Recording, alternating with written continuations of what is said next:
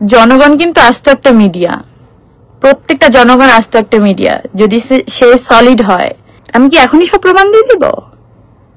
তাহলে আইনের কি কাজ? আমি তো আইনের উপরে অনেক আস্থাশীল।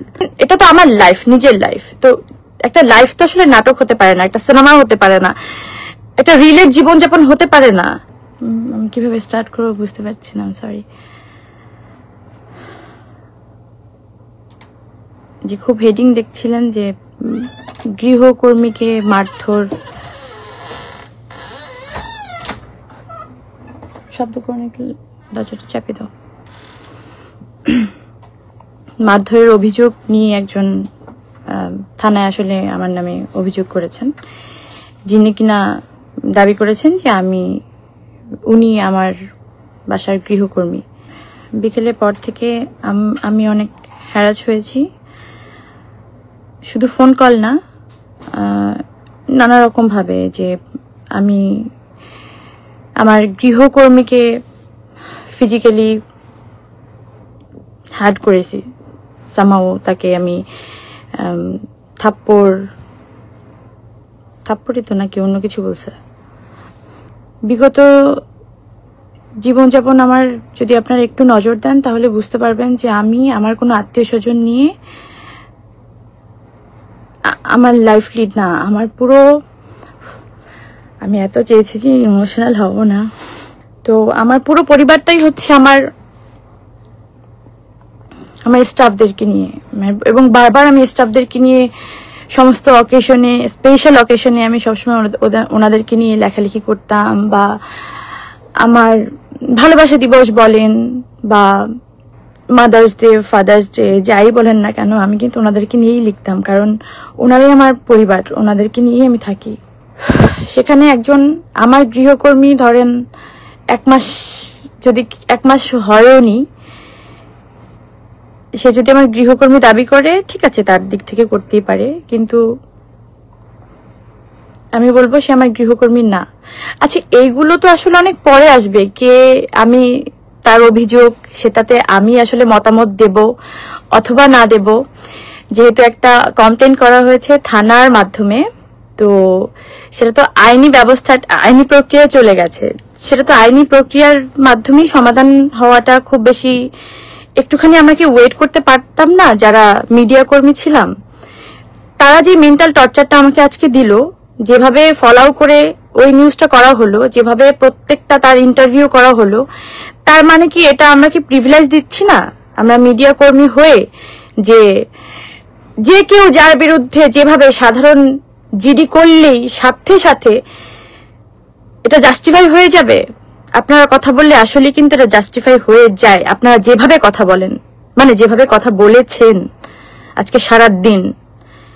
ইভেন আমি এই লাইফটাতে কখনোই এভাবে হয়তো আসতাম না।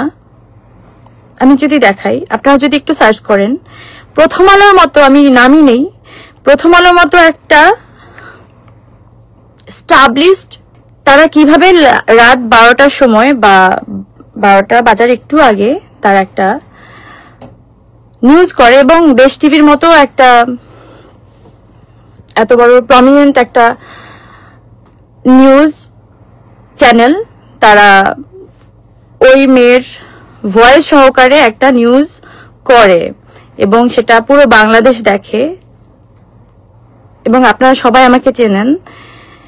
তাতে কতটুকু আমি ছোট হয়েছি বা বড় হয়েছি তা না, আমি যদি অন্যায় করি ডেফিনেটলি আমার শাস্তি পাওয়া উচিত, আমি পাবো, আমি শাস্তি পাওয়ার ওই জায়গাটা রাখি।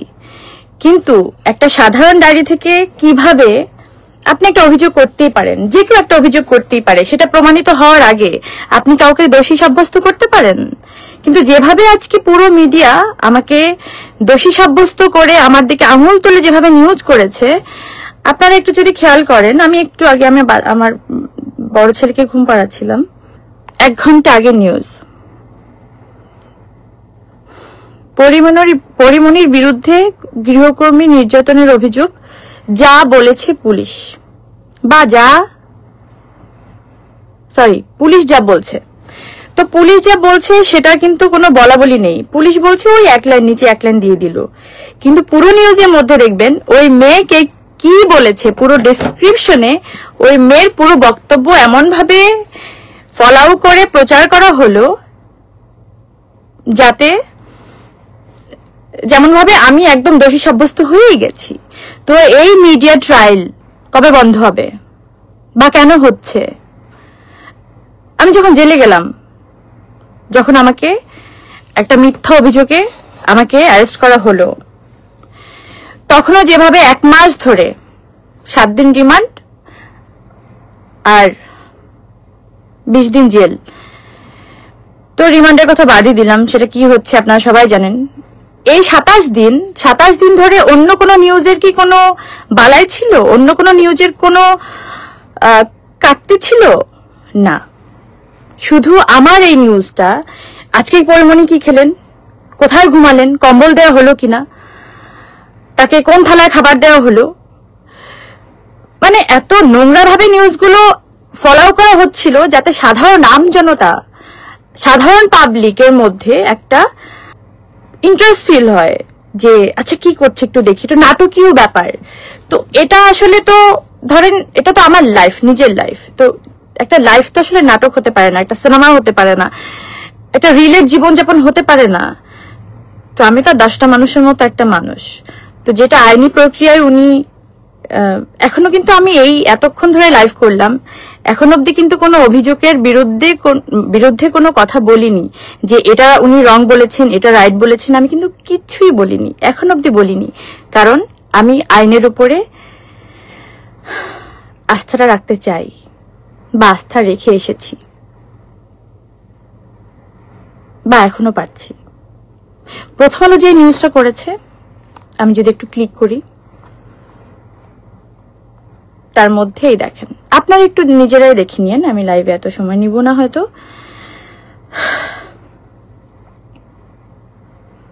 তার মধ্যে পুরোটাই ওই মেয়ের বক্তব্য,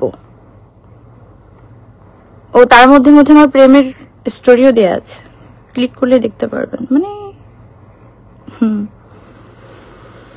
যাই হোক, আমি 2 মিনিটের মধ্যে খুব সুন্দর একটা তথ্য আপনাদেরকে দিয়ে আমি এখান থেকে চলে যাব, পরে আপনারা মিলিয়ে নিয়েন জিনিসগুলো যা হয়। কিন্তু আমি যেই সাফারটা করেছি আজকে সারাদিন, সেটা আসলেই কারোর সাথে হওয়া কাম্য কিনা আপনাদের কাছে প্রশ্ন রইল আমার। আমি পুরো মিডিয়াকে, হয়তো একটা মিডিয়া করেছে, 4টা মিডিয়া করেনি, কিন্তু এমন একটা মিডিয়া করেছে যে আরো 10টা মিডিয়া এটা প্রশ্নবিদ্ধ হচ্ছে, কারণ তারা প্রমিনেন্ট, তারা এস্টাবলিশড। তো যারা অনেক এস্টাবলিশড বড়, তাদের একটু ভেবেচিন্তে কাজ করতে হয়, যেহেতু তারা করেননি। এত রাতেও আমার আসলে এসব নিয়ে কথা বলতে হচ্ছে। আচ্ছা, পুরো কনভারসেশনে, পুরো লেখার মধ্যে আমি কি করে আপনাদেরকে দেখাই বলেন তো? আমি তো এত স্মার্ট না আসলে, মানে এইসব বিষয়ে আমাকে নাকি। আচ্ছা, লাস্ট অভিযোগ হচ্ছে, অভিযোগের বিষয়ে মন্তব্য জানার জন্য মুঠোফোনে নম্বর ও হোয়াটসঅ্যাপে বেশ কয়েকবার কল করা হয়, পাঠানো হয় খুদে বার্তা, কোনো সাড়া পাওয়া যায়নি। যেটা 1 ঘন্টা আগে অথবা 1.5 ঘন্টা আগে প্রথম আলো এটাকে পাবলিশ করলো। ওকে, এবার হচ্ছে আমার বাসায় রাত 9টা অথবা 9:30টার দিকেই,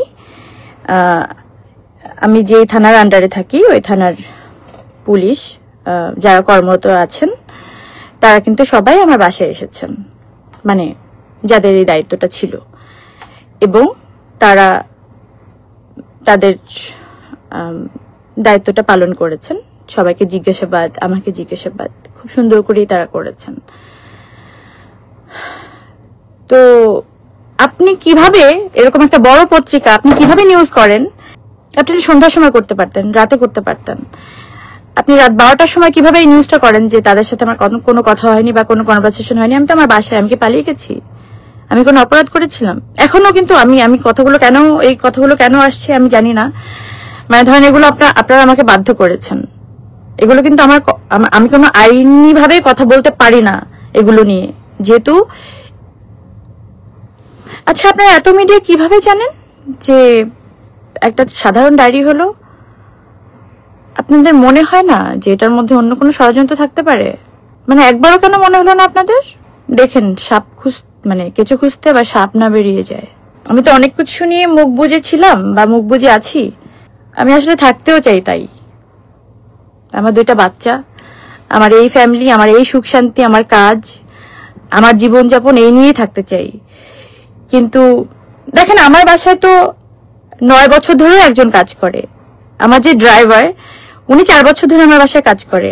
তার আগের ড্রাইভার ছিল 5 বছর, তো 4.5 বছর। তো এরকম বহুত মানুষ আমার বাসায় বছরের পর বছর কাজ করে। কই, তারা তো কোনো অভিযোগ করলো না।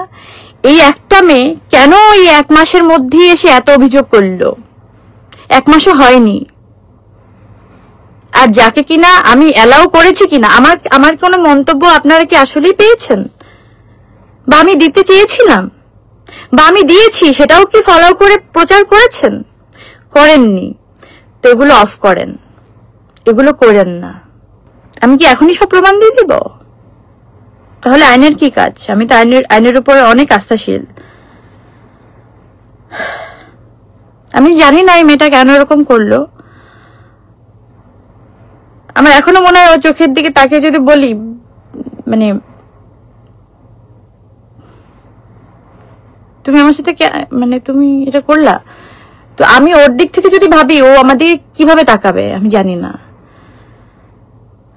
আমি আসলেই জানি না।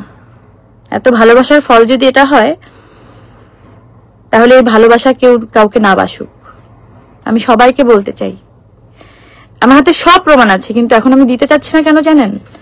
বিশ্বাস করেন, আমি সত্যি আইনের উপর শ্রদ্ধাশীল।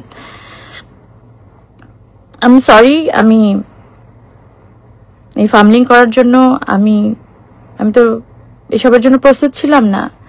আমি এই পরিস্থিতি মোকাবেলা করতে হবে বলে আমি একদম আমি রেডি ছিলাম না। এত মিডিয়া ট্রায়াল বন্ধ করে দেন। জনগণ কিন্তু আস্ত একটা মিডিয়া, প্রত্যেকটা জনগণ আস্ত একটা মিডিয়া। যদি সে সলিড হয়, সঠিক হয়, সত্যি হয়, এসব স্টাম্প মারা মিডিয়ার দরকার হয় না। এগুলো করেন না, এগুলো সুন্দর দেখায় না। আপনারা হবেন সাপোর্টিভ, এগুলো কি করেন আপনারা? একতরফা এগুলো করেন না। করলে সব দিক থেকে করেন, প্রমাণের জন্য ওয়েট করেন। আমার বাসার নিচে এসে ওয়েট করতে হবে কেন? আমি আপনাদেরকে নক দিব। ওই মেয়ে, আমি আপনাদেরকে কয়বার নক দিছি? ওই মেয়ে যে এতবার নক দিছে, এত মানুষদেরকে কিভাবে হায়ার করলো? আপনাদের নাম্বার কিভাবে পেল? নাকি আপনাদেরই গরজ? নাকি হাতে এস লেখা বলে আপনাদেরকে একটু বলদ ফলদ বলেছিলাম বলে আপনাদের গায়ে লাগলো? তো বলদের প্রমাণ দিয়ে দিচ্ছেন। আপনারা আসলেই বলদ, সলিড বলদ। আপনারা আপনারা গোবর, আপনারা পিচাস। আপনারা আইনের ঊর্ধ্বে যেতে চান, আপনারা মনুষ্যত্বের ঊর্ধ্বে যেতে চান, আপনারা জীবনের ঊর্ধ্বে যেতে চান, আপনারা সংসার, জীবন, সবকিছুর ঊর্ধ্বে যেতে চান। হিসাব কিন্তু একদিন দিতে হবে আপনাদের। হ্যাঁ, মিলাই নিয়েন ভাই, পাইচা থাকতে মিলাই নিয়েন। আর কালকে কি কি প্রমাণ চান না? প্রমাণ দিয়ে দিব না। আজকে না, আজকে দিব না। আজকে সম্ভব না, পসিবল না। আমি তো কমিটেড পারসন, আমি তো আইনের উপরে শ্রদ্ধাশীল। আমি তো দেখতে চাই। আর আপনাদের এসব মিডিয়ার ফালতু দৌড় বন্ধ করেন। দিন শেষে তো আপনারা মানুষ হয়ে যান, তো মানুষ হিসেবে চিন্তা করেন।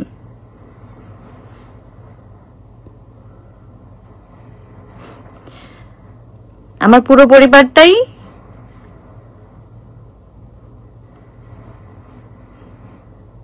পরিবার যদি কিছু বোঝায়, তাহলে আমার স্টাফরা, যারা কিনা 5-7 বছর ধরে আমার বাসায় কাজ করে না, আমাকে আগলায় রাখে, আমাকে ভালোবাসে, আমাকে বাঁচায় রাখে ভাই, আমাকে খাবার দেয়, আমাকে কাজে পাঠায়, আমার ডিপ্রেশনে, আমার দুঃখে, সবকিছু তোরা পাশে থাকে। তো যাকে স্টাফ বলবেন, গৃহকর্মী বলবেন, বা জীবনের ওই মানুষটাকে বলবেন, ওই মানুষটা হিসেবে প্রাধান্য দিবেন, তাকে একটু হিসাব করে বলেন, দিন হিসাব করে বলেন। এত সহজ না কেউ কারো জীবনে এসে কারো জীবন নিয়ে নেয়া। ভালো থাকেন, দেখা হবে খুব তাড়াতাড়ি যদি বেঁচে থাকি, আর বেঁচে থাকতে হবে। দোয়া করেন আমার জন্য। Thank you so much.